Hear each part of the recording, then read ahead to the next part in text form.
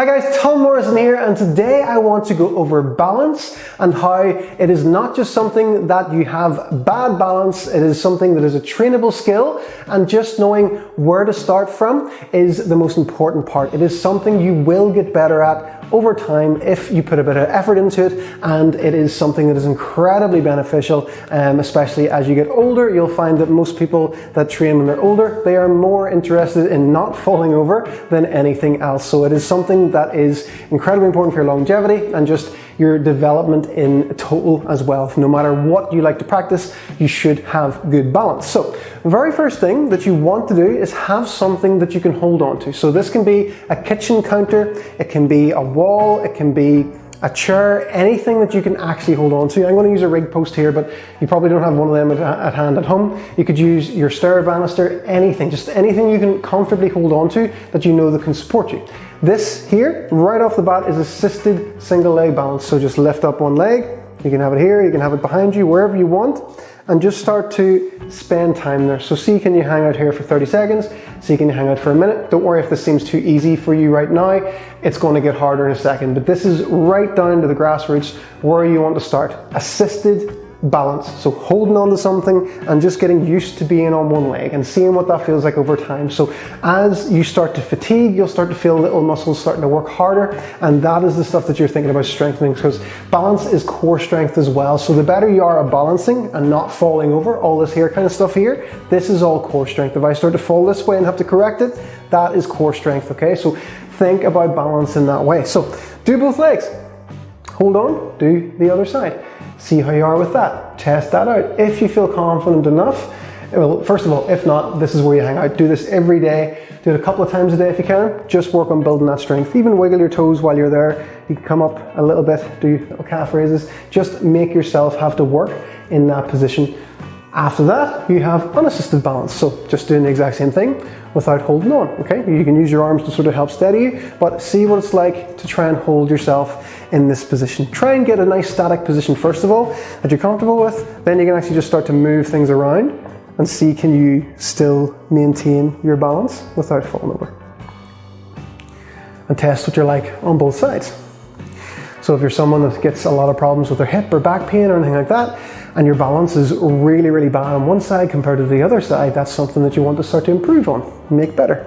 You'll always have one side that's slightly better than the other, and that's absolutely fine. It's only when it's a big margin. So say I could stand like this all day on one leg, and then as soon as I go to the other leg, I'm having to keep tapping the foot down, then that is something that I'm going to want to correct over time and get better at. So if you find that this is too hard for you, keep what it is that you had beside you, that you were holding on to, and then you can start to work on unassisted, but with a gentle, oh, I'm gonna fall, okay? So that is your other middle progression that you can use. So your unassisted balance, but keep whatever it is that you were holding on to close by, so that if you need to grab it, you can, okay? So that's how you're gonna start to build it up. Make sure you can reach up to about a minute on these drills before you progress to the next one.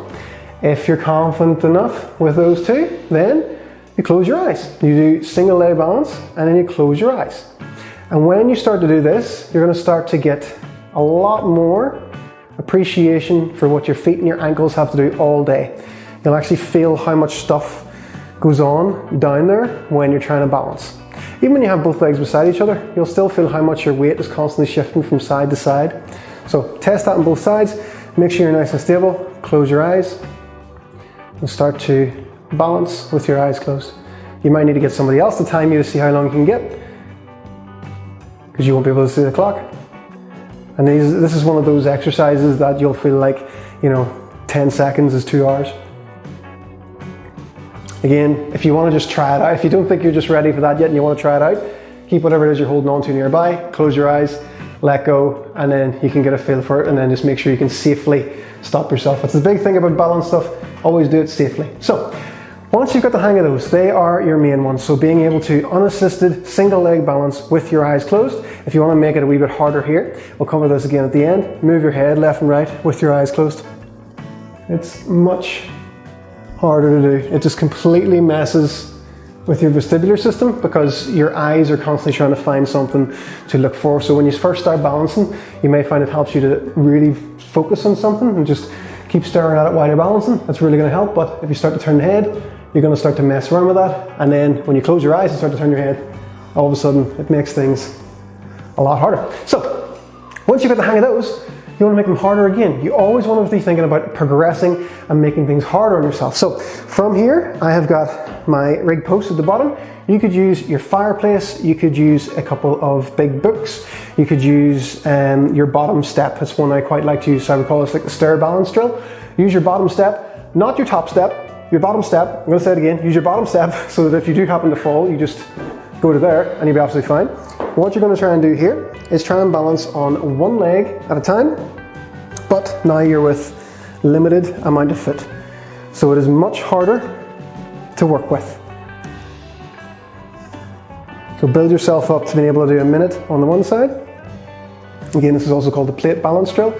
You could use a bumper plate if you have weights at home. And then try the other leg. See what it feels like. And these are all, you can do them in your bare feet, you can do them in shoes. I like to do a mix of both, to be honest. It doesn't really, there's benefits to both. So play around with it. Have a shoe day and have a non-shoe day. Go wild.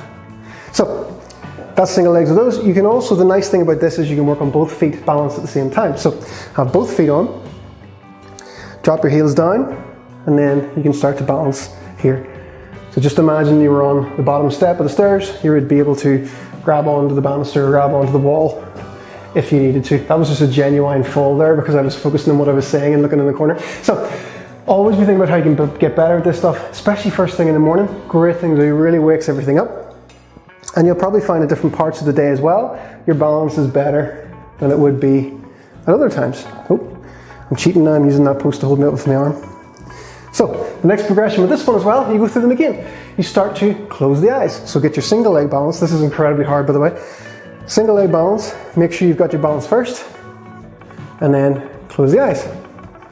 And see how long you can start to balance there. It's incredibly hard to do while talking as well, so there's an extra exercise for you.